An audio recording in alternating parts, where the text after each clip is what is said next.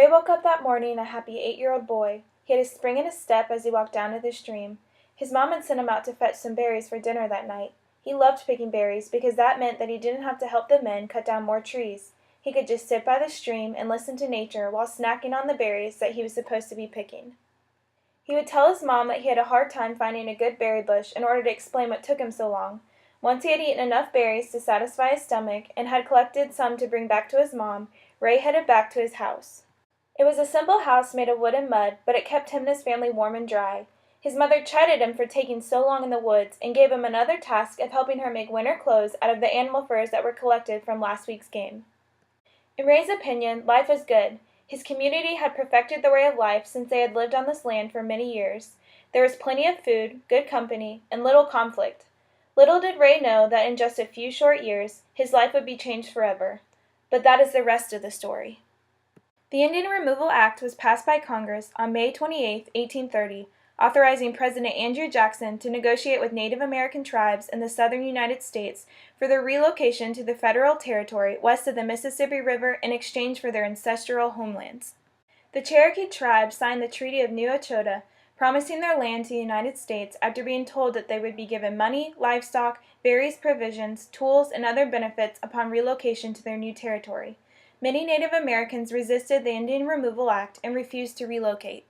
The act was not supposed to harm the Native Americans. Andrew Jackson said that the removal of the Native Americans would benefit both parties. He claimed that it would give the Native Americans more freedom from the whites and that it would help to strengthen the southwestern frontier of the United States. All Jackson wanted to do was spread the belief of democracy as far as he could, which meant that the United States needed more land and more power. And now for the rest of the story. Ray is now an 18-year-old man, although he has aged far beyond his years. His shoulders sag, his hair is spotted with gray, and his eyes lack luster. He remembers those days when he would escape to the stream to go pick berries. Life was simpler back then. He was happier back then. Now he has to work hard for his family and his community. His community went on a rather long journey, you could say. A journey that literally almost wiped them out. Ray's dad was one of the ones who wasn't able to finish the journey. He died about halfway when he froze to death. Watching the light go out in his dad's eyes was the hardest thing that young Ray ever had to experience. He had been watching his people drop dead all around him, but seeing his dad suffering and knowing that there was nothing that he could do about it rendered him helpless. Ray lost his spring in his step that day. He became the caretaker of his family at the young age of 12. The community was surprised at what they found once they reached their destination. They knew that starting over would be hard, but they never imagined it to be this hard. They were all still hurting from the loss of so many of their loved ones. They didn't know the terrain. The climate was different. There wasn't a whole lot given to them to make this new venture easier, even though they had been promised lots of goodies. There were way too many people that needed help.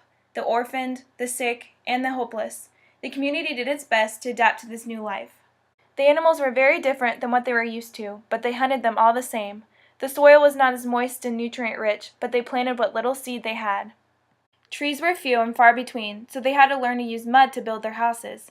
The herbs that they used for medicine did not grow here, so they had to find other ways to help the sick and the hurting. Ray longs for the days when his biggest problem was how much work the harvest was going to bring him. Thankfully, his community had learned what crops will grow in this new soil and climate over the past few years, but they still don't have nearly as big of a harvest as they did back home. The community has come a long way, but they still have even further to go. They aren't sure if this new place will ever truly feel like their land, their world, their home. Their old land had all of their memories, all of their legacies, all of their hopes and dreams, all of their good times and their bad times. Their old land made them part of who they were as a community and as individuals. They can't understand how something that meant so much to them is no longer theirs. They also didn't know how important that land was to them until they realized it could be taken away. Ray may never forgive those men that did this to him, his family, and his community. They stressed national pride, yet forced his people off the land that they had inhabited for centuries. They preached about democracy and freedom, yet enslaved his people during the journey to this new land. They spoke of a safe and nonviolent removal, yet came in with their fancy weapons and killed many of his people. They promised money, rations, and supplies to make the relocation easier, yet left his people with very little to start over with. They expected Ray's people to adapt to their more civilized way of life one day and to begin worshiping their God. These were the same people who had once fled their home country for religious freedoms, who had fought hard for their own freedom, and who had founded their nation on independence. Ray, or Ray Ataya, hates the United States for practically imperializing his people, the Cherokee Native Americans, with the Indian Removal Act. He hates that his life will never be the same. He hates that he lost his dad on the dreadful Trail of Tears, along with so many other loved ones. He hates that his children will never know what life was like on their old land in the Southeast. He hates that one day his people will probably be under the control of white men and will have to start living like them. He hates that the Cherokees had no say in the removal, and he hates that many Americans are not aware of what really happened to his people. And now you know the rest of the story.